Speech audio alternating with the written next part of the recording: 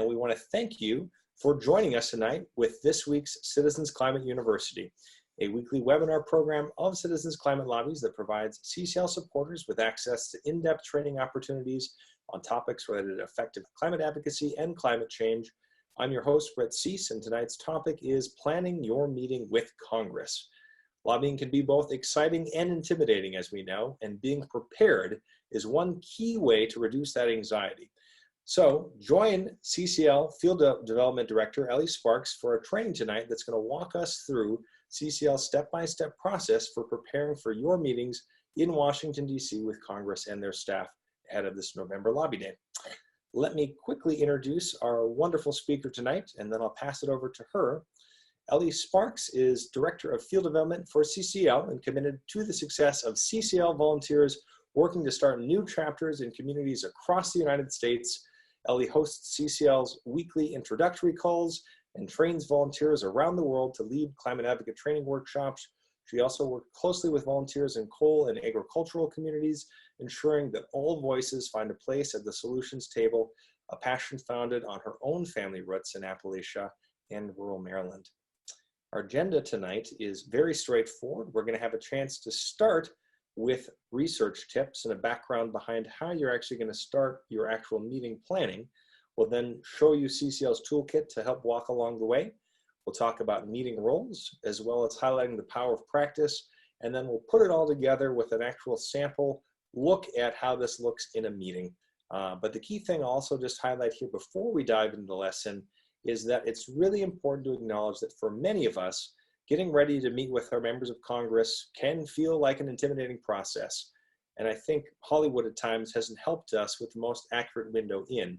And so really this whole series of trainings that we're doing this fall in the lead up to the November Lobby Day is going to help you feel more empowered throughout our volunteer network to remember that the most powerful tool in our box is still real life, authentic, homegrown, grassroots citizen advocates like ourselves. So let's jump right in. And with that, I'll pass it to you, Elli, to really put this in a framework, talking about your own early lobbying experiences. Thank you, Brett. So there he is, Eric Cantor, former House Majority Leader, and he was in that role when I started the chapter in Richmond, Virginia back in 2010. And our first lobby meeting was that very next year, 2011. And I'm going to tell you a little bit about the research that we did in preparation for that meeting. So it turned out that at the time I was working for a small nonprofit in Richmond, Virginia. And the young man who was my assistant had friends who had actually worked on Eric Cantor's campaign. So I researched a little bit, asked him what he knew about the office and about Eric Cantor. And we had a meeting. We were able to get with the legislative director, and that young man had friends who had worked with that legislative director in Cantor's office. And what he told us, or what he told me, was that the legislative director was a lovely guy, the nicest you would ever meet. So just that little bit of personal digging around let me feel a little more relaxed about going to meet with that legislative director. Then the wonderful thing is we approach those meetings in the very CCL way, being planful and very well prepared. The legislative director really liked meeting with us, and so we met with him actually 7 times, and each time we asked if we could meet with Eric Cantor, and each time he said no, but finally on the 7th time he said yes. Now over the course of our effort to meet with Cantor, and that took about 2 years, we did research on Representative Cantor, and it turned out he was the only Jewish Republican member of Congress. Now, several of our members in our CCL chapter were also Jewish, so that became a connection for us. And one of our volunteers brought in a handmade challah bread that he makes and sells at farmers markets. Second, we learned that many people in the community really like Eric Cantor's mother. Now, many of us in the CCL chapter were mothers too, and so we felt a little affiliation and and a connection with the fact that people loved Eric's mother. And third, we had developed such a lovely relationship with that legislative director that when we finally had that face-to-face meeting, which was in the Capitol building, the legislative director came gushing out to us and gave us a big hug. And then he shared some news about some work on education that Cantor had been doing in the district. And I could just see how proud the legislative director felt about that work. And so when we walked into our meeting with Eric, that was a thing we thanked him for, because we knew it was top on his mind and it was something he felt really good about. So Brett, that's a little bit about how we got ready for Eric Cantor. Yeah, perfect. That's a perfect one to end. Thank you very, very much, Ellie. And I think that description is really just a spotlight into the process that you went through as you prepared and you worked towards meeting with the House Majority Leader at the time's office, and really highlights that first time experience all the way up to that actual meeting face to face. And I think also what I heard in there is just your example demonstrating a lot of the key elements that we're going to talk about tonight. The importance of researching ahead of time, building connections with staff. All of these I think are often overlooked, and really that key of also finding common ground. So let's actually jump in and talk about the research and the tools that CCL can support you with your local team as you're preparing with your lobby team. So a little review kind of the toolkit that might be available. You can see here we're going to talk about congressional bios or biographies. We'll have a chance to highlight the meeting minutes forms that are available, as well as your meeting plan template. We'll highlight some of the studies and reports that are out there and available. Definitely won't have time to do any of them full justice, but at least give you a little sampler. And then we'll talk about our conference study guide, as well as a supporting Ask document. So that's really going to be about the next 10-15 minutes of our discussion. And the first tool that we're going to highlight tonight is actually that of our congressional biography. So you might be curious, what's on it? How do we find out about it? Why is it useful? All of that. So the biography really combines publicly available information that we grab from databases to update before each major lobby event, along with the research of CCL volunteers in your local group or area. And you can get a copy of that for any member of Congress on Community. And so you can also just search in Community for congressional bios or biographies. That should get you there too. First off, you can kind of see here on the bio that basically on the bios, the first top is data behind their biography, their schools that they've attended, the background that they had before joining Congress, the career they had, interests they have, religion, religious beliefs, or any other forms of appreciation that you can have, along with the committees that they serve on, along with also their congressional record, including their voting record on relevant bills or statements that they've made related to carbon pricing, committee assignments, where they are in party leadership. You can see that there's a lot of ripe ground for discovery to really build out some of that initial research without you having to do a lot of that legwork. There's also additional district or state data that can include demographics, major industries and employers, even major donors in some cases. And all of this data, along with the concerns that are expressed with interested constituents, are really factors in how that member of Congress arrives at their decision. So you want to review the bio along with the previous meeting minutes, which Ellie is going to review in just a little bit, so you can know and anticipate questions that are likely to come up in the meeting. You can also develop an understanding of why that member has taken the positions they've taken, or the community that they're representing, and the perspective that they feel like they're embodying in that representation, as well as the peer groups that are influencing your member. So again, if you have additional time beyond this one biography, you can go further in depth. There's plenty of great research out there.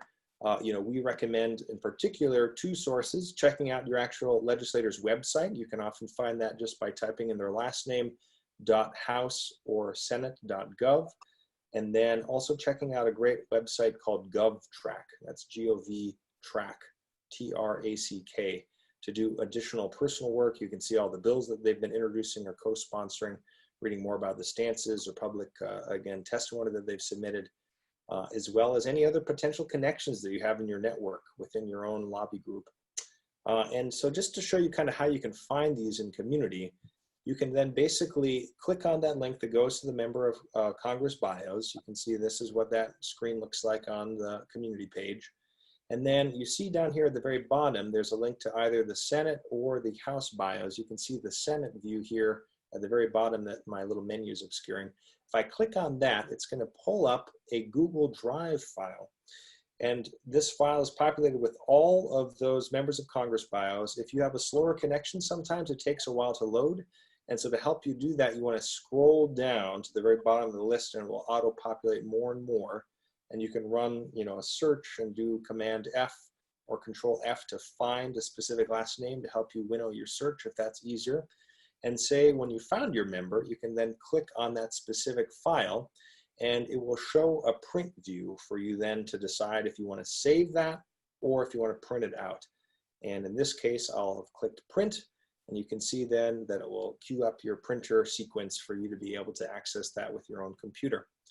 So with that, I'll pass it back to you, Ellie, to talk about meeting minutes. All right, thank you, Brett. So we're going to look at previous meeting minutes and how those might influence your meeting plans. On the right-hand side of the screen, you should see a redacted example of some meeting minutes. Now, previous meeting minutes represent information which was shared in confidence in meetings between congressional offices and CCL volunteers over the years. We consider these meeting minutes to be confidential. This is some of the most sensitive information that CCL possesses. If leaked, this information could destroy the trust our volunteers have been building with Congress. Now, we send past meeting notes to the liaison and the lobby meeting leader. The liaison may share the previous minutes with you, or they may simply provide you with a summary. We do not share our meeting notes with anyone outside of CCL. We trust you, our volunteers, to keep this information confidential. If you want to prepare to address questions, concerns, or misconceptions, then please read the past meeting notes you receive. So for example, if meeting notes indicate questions about the border adjustment in the last 2 meetings, be prepared for it to come up again.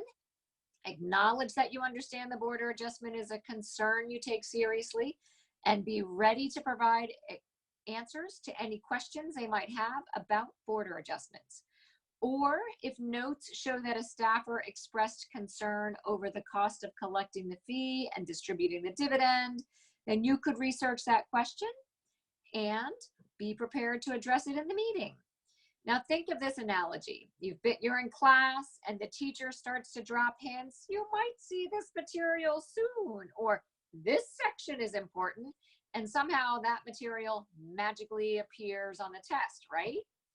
This is what the meeting minutes are for. It's like the member of Congress telling us what might be on the test. So be prepared to acknowledge and address the concerns or issues raised in previous meetings. However, you should not be surprised if different issues come up in this meeting. After all, a lot has happened in the past 6 or so months since you last met with the office. The important thing is to listen and make connections with the staffer or member of Congress. So what would our meeting plan look like?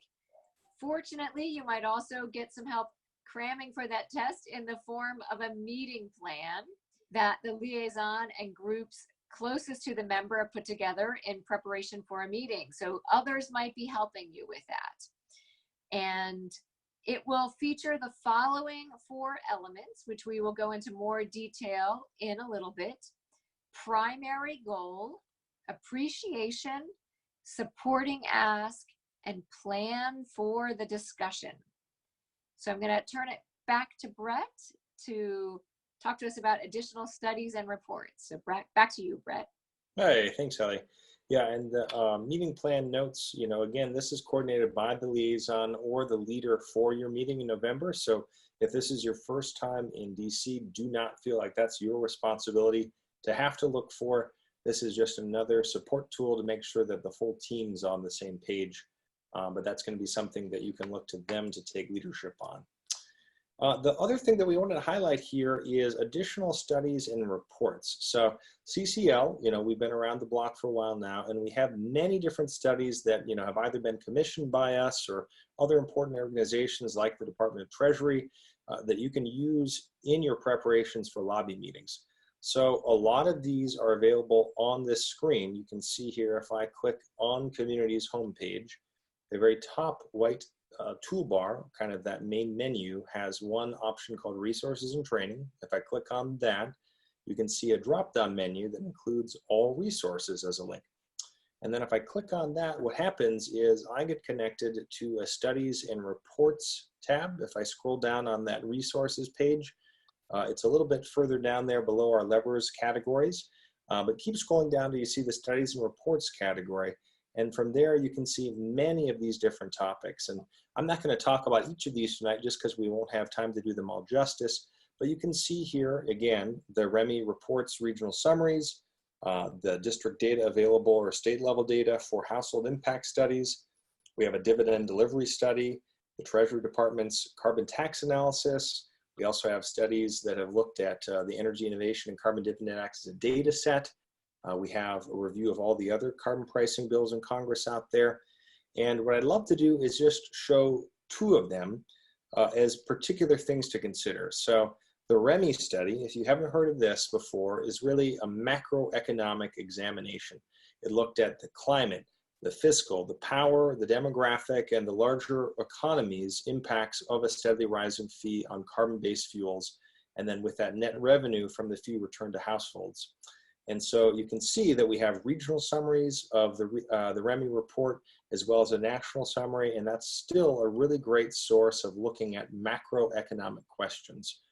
On the microeconomic standpoint, we have the household impact study, and it's a little different because what it looks is a snapshot of just 1 year, and it examines that financial impact across different socioeconomic groups of U.S. households in year one of the Energy Innovation Act, with the dividend going back to households. And who comes out ahead, who doesn't get as much back, really looks at that across a lot of demographic backgrounds. So a lot of these are available in, or all of them are available in Community. And again, that's how to access them. And for now, I'll pass it actually back to you, Ellie, to talk about one last tool that we have, the study guide. Awesome, thank you, Brett. So we've got this wonderful new tool, the study guide. It's something we've had for just the past year. So if you've lobbied with us before, in previous years, you might be thinking, where's the set of laser talks that we've got to study in advance?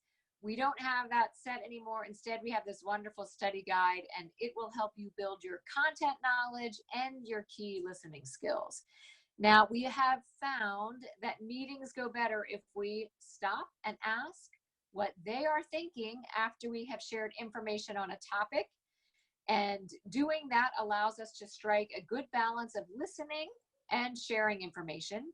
Now, I know the study guide is important for me because when I feel confident in talking about the Energy Innovation Act in my own words, then I'm better able to listen closely to what others in the meeting are saying.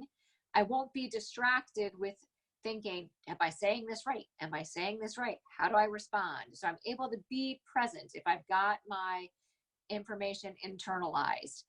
Now, when I'm present and listening actively, I can pick up on the underlying values behind someone else's words. And when we connect with values, we open doors. So the study guide is just 2 pages long. It has lots of hot links to resource material. And we promise if you can become well versed on these topics, then your confidence and comfort in lobby meetings will grow. And remember, if you're looking at those previous lobby meeting notes, they will give you clues on which topics to investigate in the study guide. And how many people to expect. So with that, I'll pass it to you, Ellie. Awesome. Alrighty, so we are thinking about the roles, and you can see there's quite a list of roles there, 8 or 9 or maybe even 10. We're going to review each of these in detail in this section. So keep in mind, these are just suggestions. If you have past experiences with your member of Congress or the staff person, you will know which roles apply or don't apply in the meeting, so be flexible. The roles that we suggest ensure that we remember what we want to do in the meeting and we have someone committed to doing it. So we might be asking a volunteer to assume more than one role. So if you have 4 people in the meeting, then you're going to have to double up on some of those roles.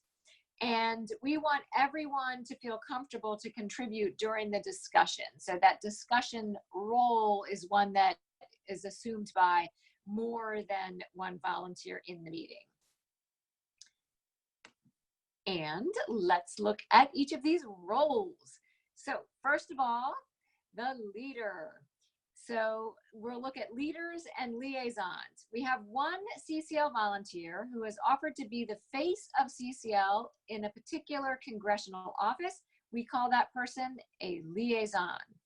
The liaison builds a personal relationship with their office. They maintain regular contact. They act as a source of information for the congressional office, and they update the congressional office on CCL progress. Now, often the liaison will serve as the meeting leader as well, although this is not always the case. This does, though, provide continuity for the congressional office and for CCL. If the liaison is not present, then an experienced CCL volunteer will serve as the meeting leader instead. So that brings us to the leader. The leader manages the meeting. They are not dominating the meeting. In a way, they are the conductor of the orchestra. Now, the leader will assign roles to the other volunteers. The leader empowers everyone to share and participate, especially drawing out the constituents. The leader may be the person in charge of handling the transitions between the different parts of a meeting, and they help to keep the conversation on track and wrap things up on time. The leader helps the team to settle on an appropriate supporting ask for the meeting. So Brett, will you tell us about the asker, speaking of the ask? Yeah, let's jump right into talking about really how we're framing our ask. So at this point, again, kind of the key thing here is the asker is somebody that can clearly and confidently state our one ask, and that is for the House and the Senate, really focused on bipartisanship.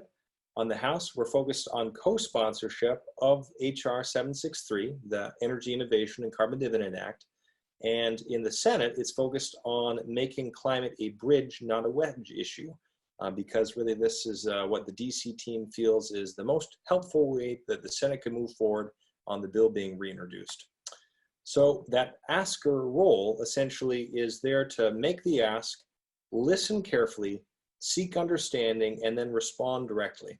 So putting that all together, one example of what this can sound like is something like, Representative Smith, our big goal is to get effective national legislation passed, and as you know, we would like you to co-sponsor the Energy Innovation Act, legislation that puts a fee of carbon and returns all the proceeds back to the American households. Is that something that you can support? If yes, then it's an easy follow to, that's terrific, let's talk about next steps, and you can move along and ask them to do something that you've figured out to continue that conversation.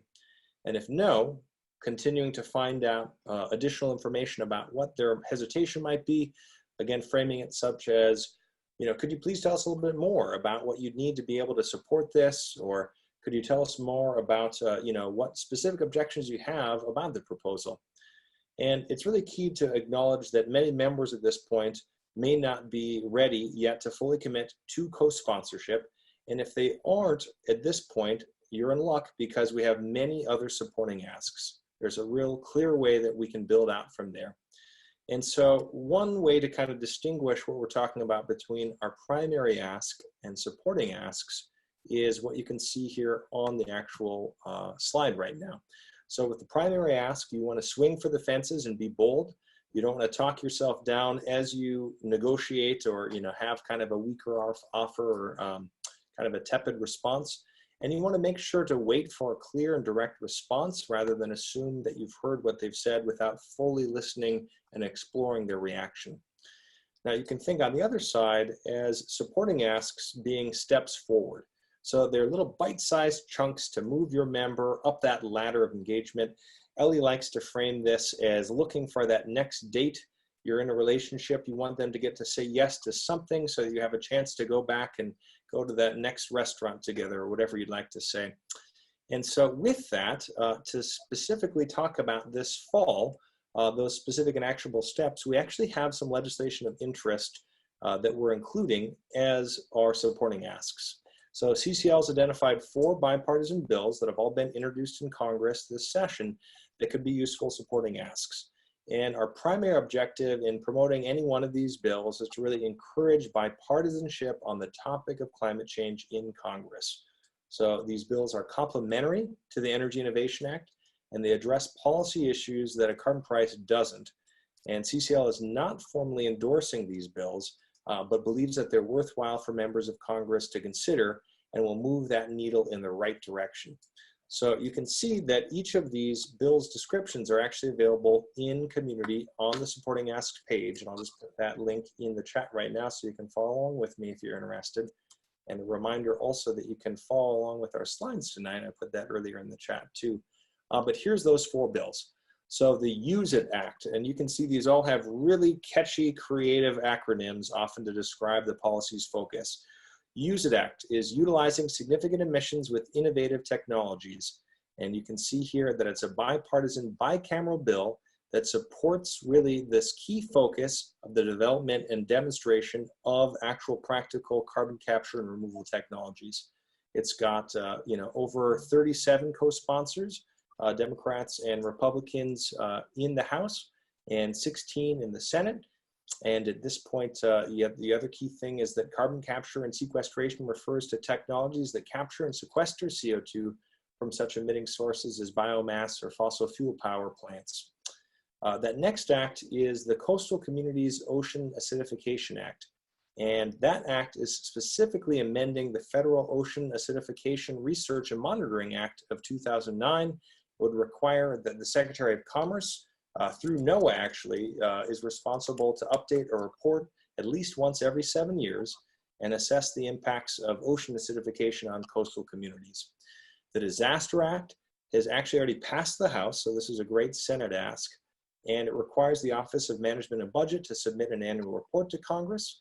That report must include all federal obligations related to disaster response, mitigation efforts, administration costs, all like that. And then lastly, you can also see that the Reclaim Act is listed here. And this is a first time for CCL to focus on the Reclaim Act, even though it's been introduced in prior legislative sessions too. And the Reclaim Act is both current in the House and the Senate, and it amends the Surface Mining Control and Reclamation Act to make a specific amount of funds available for abandoned mine lands available to the Department of Interior to distribute to states and Indian tribes to really promote their own revitalization efforts economically, to diversify and develop, especially in communities that are distressed as they transition from coal mining. So this list isn't exhaustive. There's plenty of other bills out there, and if there's a bill that your group would like to use as a secondary ask that isn't on this list, please contact the Senior Director of Government Affairs, Ben Pendergrass, and use your best judgment. So with that, actually, I'll pass it back to you, Elli. Thank you, Brett. So let's talk about the note taker, which is a very important role in the meeting. Hopefully the leader will be able to put an experienced lobbyist in this role. Someone with experience being in CCL lobby meetings can pick up on the subtleties in the conversation and quickly identify important emerging themes. Note takers are very aware of body language and mood, as well as what the staffer and the member of Congress are saying. So great notes help us both locally and nationally. Locally, the notes keep a running record of where our members of Congress stand and how a member's position has evolved over time. Our notes inform future meetings and ensure solid meeting follow-up. And our notes enable us to act on action items we might otherwise forget, and helps to pass knowledge on when a group or a liaison changes its leadership. Nationally, our notes give us a sense of the national picture and help identify trends in Congress. So a good note taker is able to capture our supporting ask. If the member or the staffer agrees to our ask, our supporting ask, we want to know so we can follow up and help them fulfill their promise. They track concerns of the staffer or member with respect to our policy, any questions that come up from the staffer or the member regarding our policy. They will track any recommendations the staff or member of Congress has about our policy, points about our strategy or policy that the staff or member have found interesting. And then they document what was the tone of the meeting. When were they engaged? Was the member of Congress interested? Was the staffer hostile? Did they want to be anywhere else but the meeting? What was their body language like? And we have our groups discuss this after the meeting down the hall to make sure the impressions match with what the note taker noticed and what everyone else in the group observed. So there also would be action items for the member or the staffer and action items for the group. And there's a whole page on community with tips and tricks for taking great notes. The time monitor. Alrighty, so this person, whoever's doing this job, at the beginning of the meeting will ask, how much time do we have with you for this meeting? Now, this year, this is new, the time monitor also observes and takes note how much time the CCL volunteers are speaking and how much of the time the staff members or the members of Congress are speaking. And the goal for us is half CCL volunteers, half congressional staff or member of Congress. So you'll be telling the number of open questions your team asked in the meeting minutes as well. Time monitor gives the signal when 5 minutes remain in the meeting. Almost everyone worries that they will get stuck talking with people for too long and not have a gracious way out. Know when the staffer or member is done and reads their body language. They're looking at their cell phone. They're telling you it's time to end the meeting. When they check the time or close the notebook as well, that's an indication that the meeting is over and it's time to wrap up. It does not mean that we want to cram in every last little bit of information we didn't get to say. If they're clearly ready for the meeting to end, then we end it gracefully and with respect. We don't rush ourselves, but we should be looking to begin concluding the meeting before the people we are meeting with want to do that.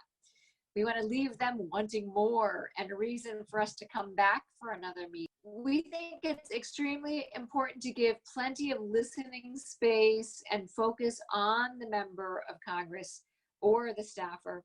The time monitor can also notice if there appears to be an unasked question, or the goal is to meet them where they are. Okay, the appreciator is a person who expresses gratitude for something the member of Congress has recently accomplished. Ideally, the constituent gives a message of appreciation. You want to do some research in advance of the meeting so you know what to thank them for.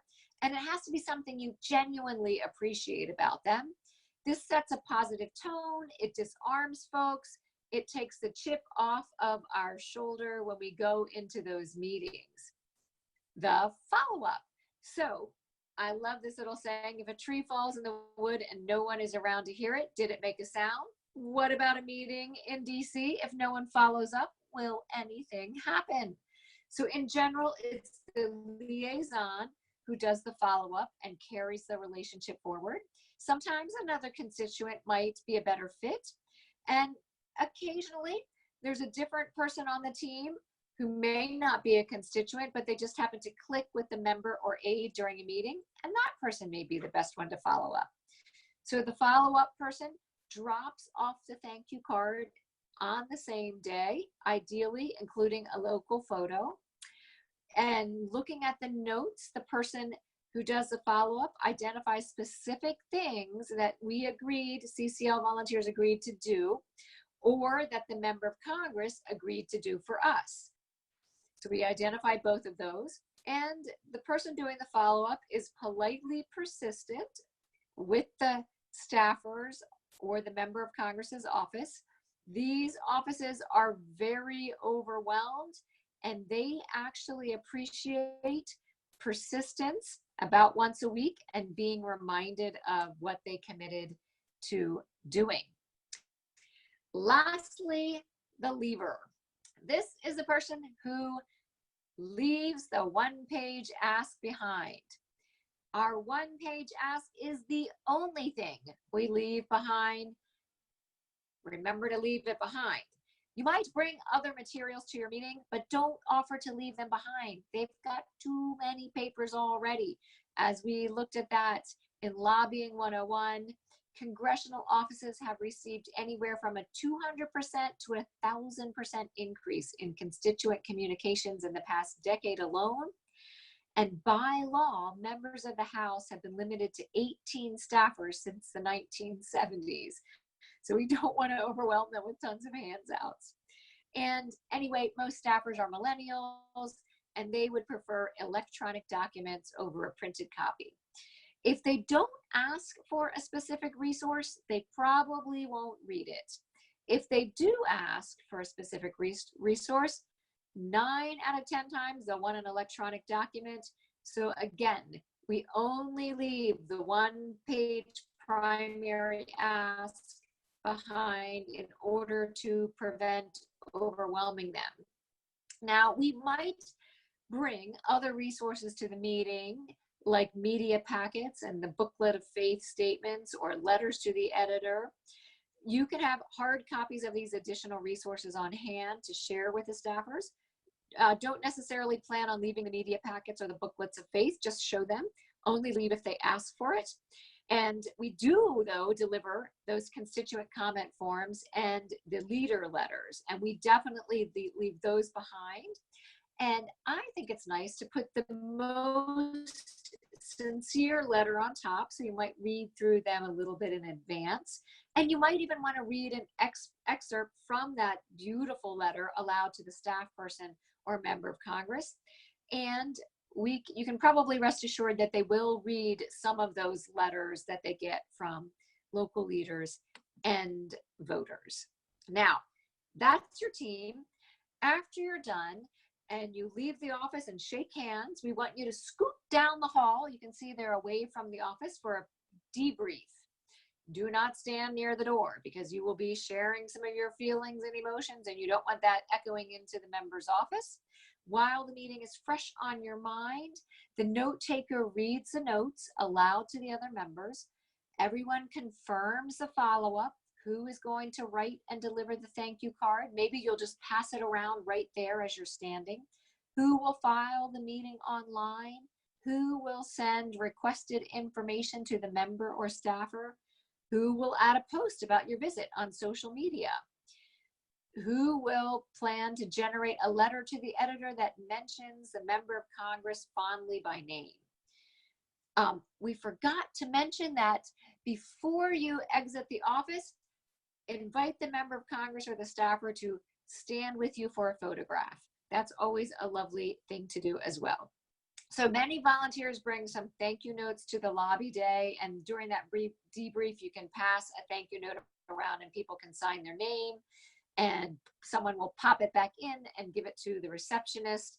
And I love it when people bring thank you notes that feature the district or the city or the state where they are from. So have fun picking out thank you notes if you decide to bring some thank you notes. But I think the key thing here before passing it back to you, Elli, on this is that we don't expect you to be a professional lobbyist. In fact, we are glad that you're not. And staffers and members actually find themselves, believe it or not, stunned when we live up to our reputation as being one of the most well-prepared citizen groups on Capitol Hill. So let's really review how to really put this into the importance of practice.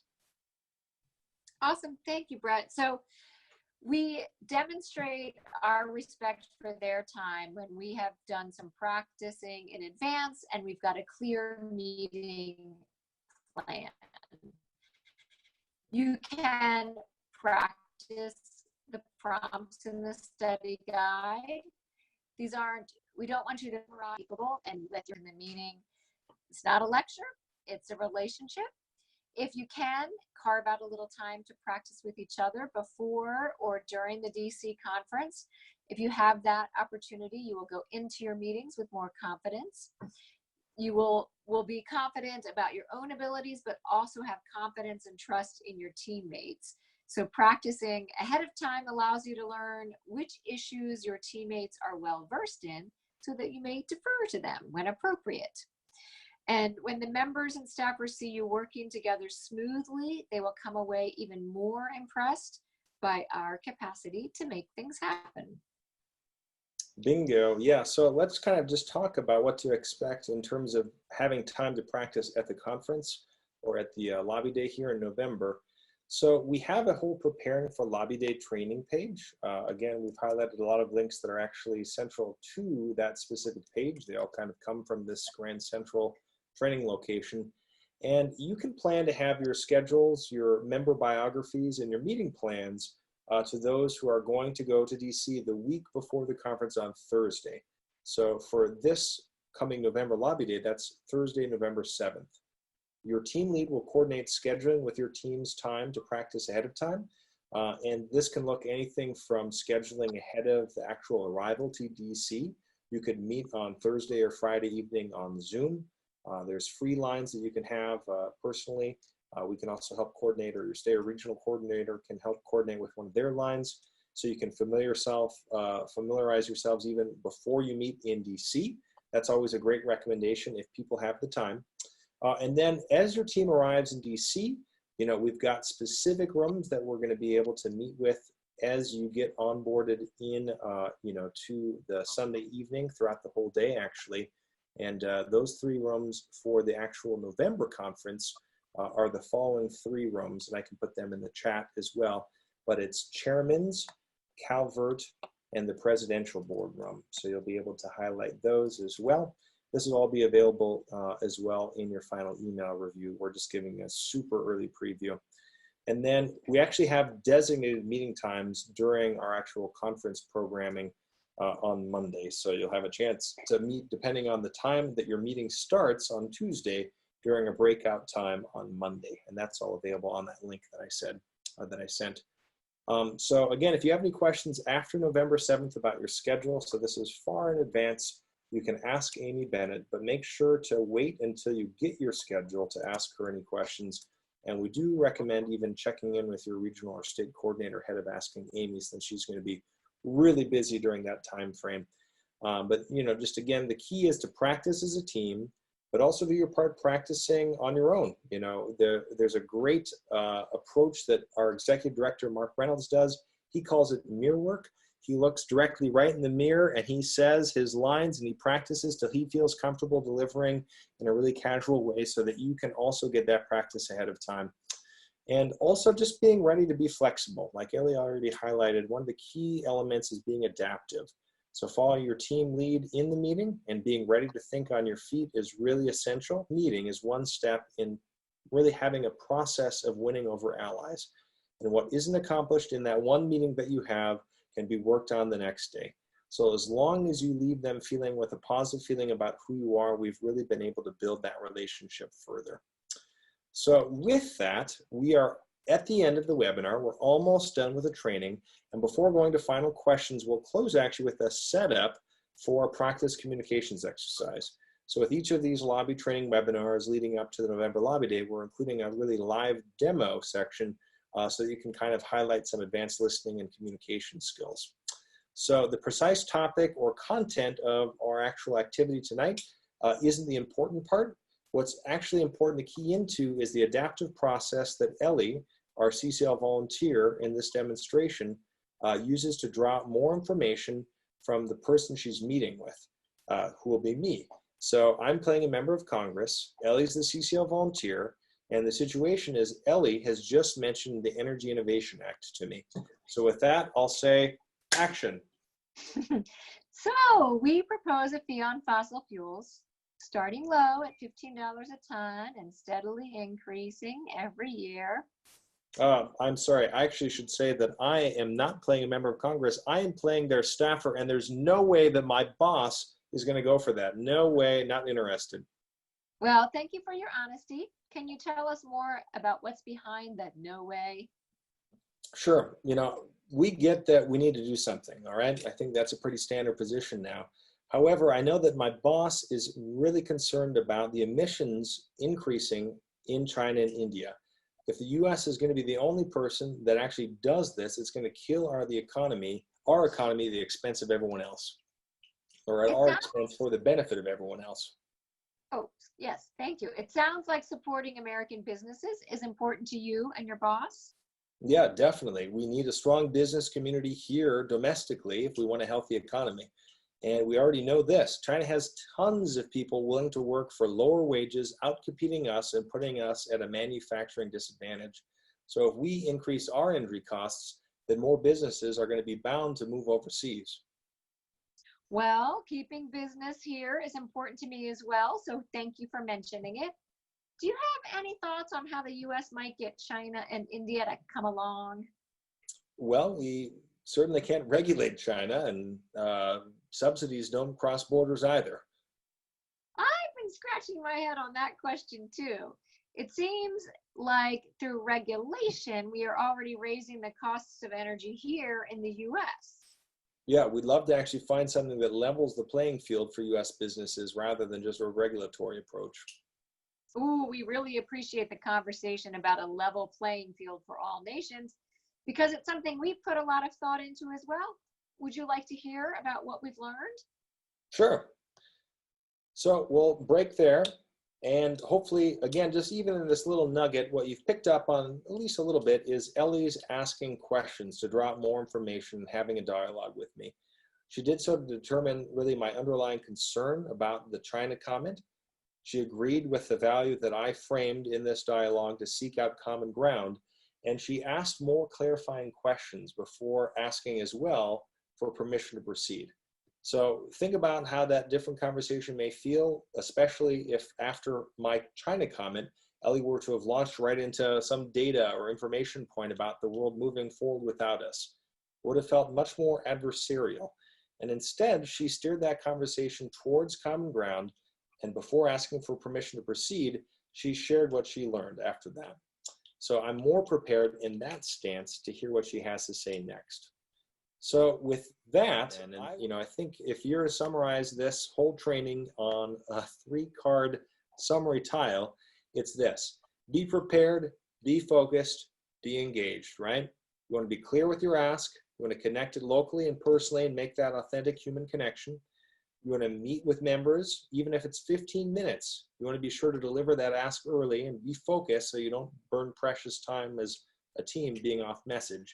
And you want to be engaged so you can collaborate with how you can work together with the office, see them as allies. They can work further on advancing climate change as a topic that they feel safe about stepping forward in the community on and leading. Don't overwhelm them with handouts. Don't snow them over with paper. The less is better. Be sure to follow up immediately in your action steps that you've committed to in that meeting too. That's really, I think, a key part of engagement. If you have any questions, I'll put a link to both Ellie and Maya's email in the chat here. You can see mine on the screen is just simply my first name, Brett at citizensclimate.org. Ellie's is simply her first name, Ellie at citizensclimate.org. And we always want to route people to the forums too, because there's a lot of great questions happening every day. Chances are if you've had a question, somebody else has asked it already, you can already get their answer without having to wait for somebody to email you back. So with that, I'll pass it to you actually, Ellie, to close us with an inspirational quote. But I'll just say this even before passing it to you. You're the reason we're going to make a difference in November. All of you on the training tonight, you are going to help us shift the dial and already are making an impact thanks to your involvement. So we really appreciate you for joining us.